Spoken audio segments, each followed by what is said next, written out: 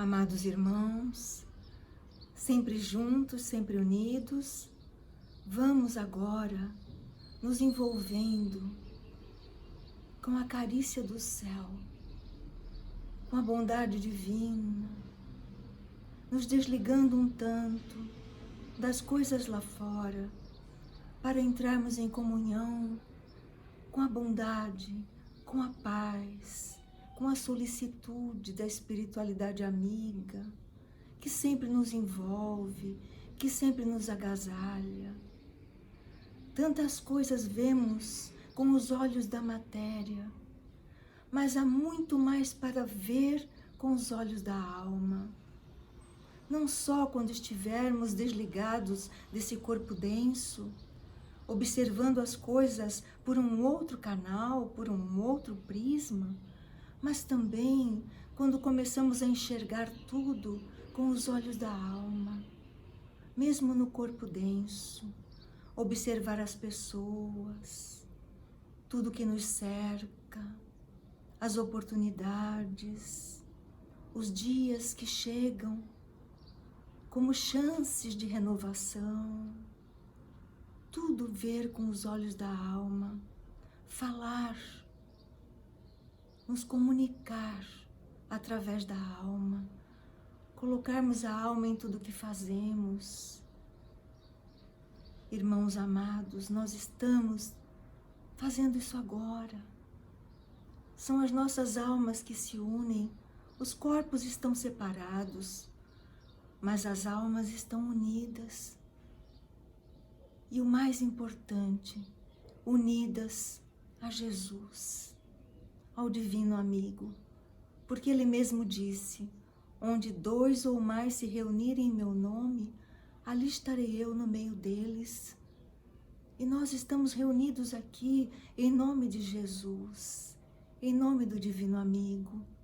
E diante dele, nós somos o que somos. Caem todas as máscaras humanas, porque Ele vê através de nós. Ele vê a verdade que está em nós, a realidade do que está em nós. E nos ama, e nos aceita, e nos abraça, e nos ilumina. Quando entramos em comunhão com a vida superior, quando observamos que o céu sempre manifestou-se à terra, nunca nos deixou órfãos.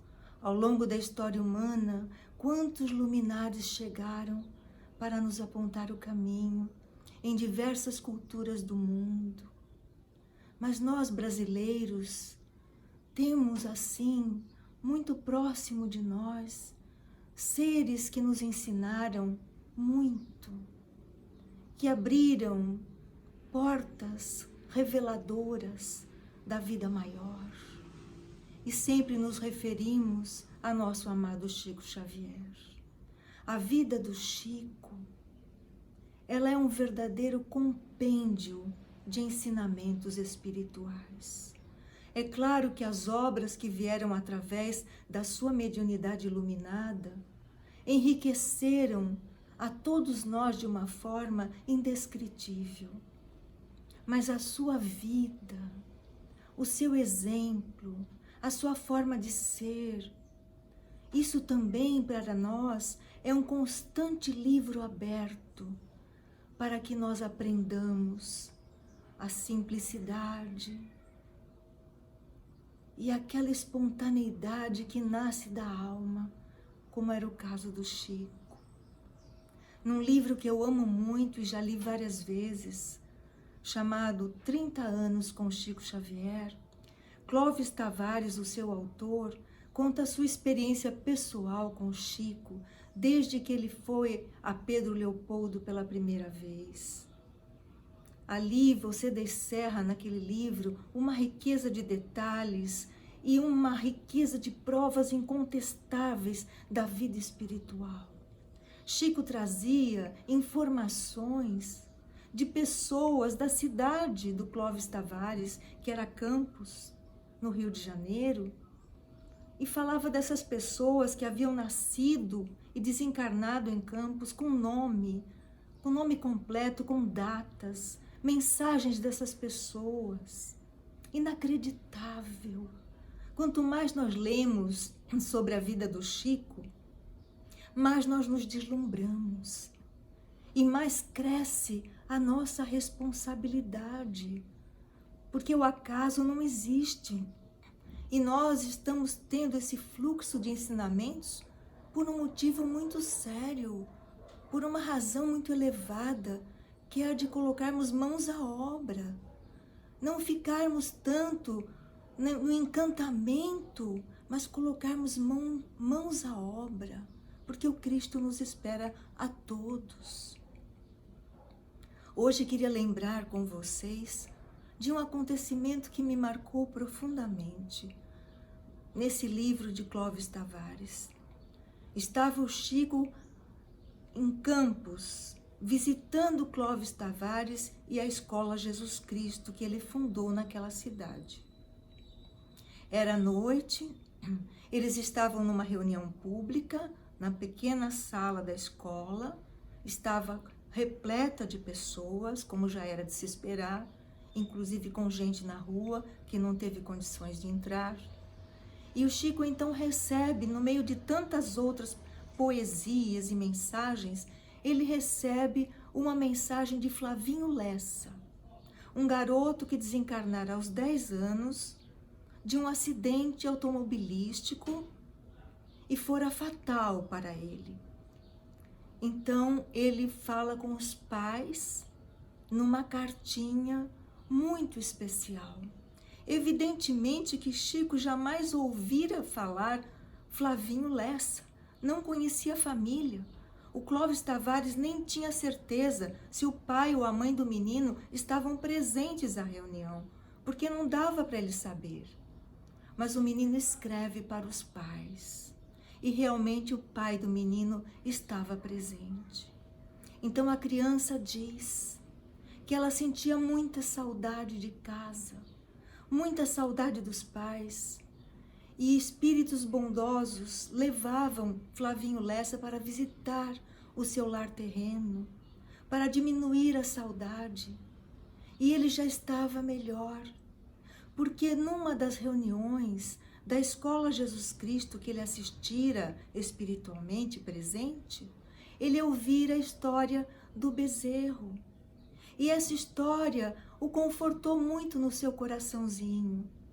E hoje ele queria dizer para os pais que ele estava muito bem, que ele estava mais fortalecido e que ele sabia por que ele havia desencarnado naquele acidente. E que um dia os pais também saberiam. E ele estava muito, muito feliz. Chico, então, depois de ler a mensagem, muito rica de detalhes, ele então diz ao Clóvis Tavares: Clóvis, qual é a história do bezerrinho? Eu não conheço essa história. Então o Clóvis Tavares, com muito carinho, conta a Chico que a história foi dita por ele numa das palestras que foram feitas na Escola Jesus Cristo. E que ele nem imaginava que Flavinho Lessa estava presente espiritualmente nessa reunião. E ele então conta para o Chico a história do bezerrinho. E é a seguinte: um homem que trabalhava no campo, um agricultor, que também criava animais, ele estava andando por uma estrada de terra com uma vaca e o seu bezerro. E ele estava transportando o animal para um outro lugar. Então, ele vai, a vaca e o bezerrinho o acompanham tranquilamente. Mas ao chegar a um pequeno riacho de águas muito cálidas e não profundas, ele percebe que a vaca empaca. Ela não quer atravessar o riacho e ele faz de tudo, conversa com ela, puxa o animal, nada tirou a vaca do lugar. Então ele tem uma ideia.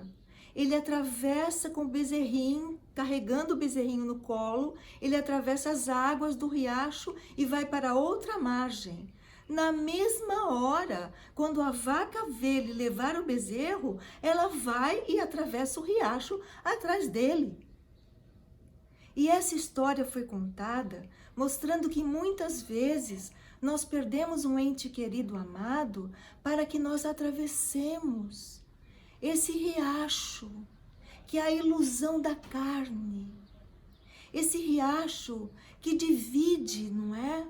A nossa crença material, a nossa crença apenas no mundo físico, em tudo que está aqui, como se a vida se resumisse a algum punhado de anos que passamos aqui na Terra.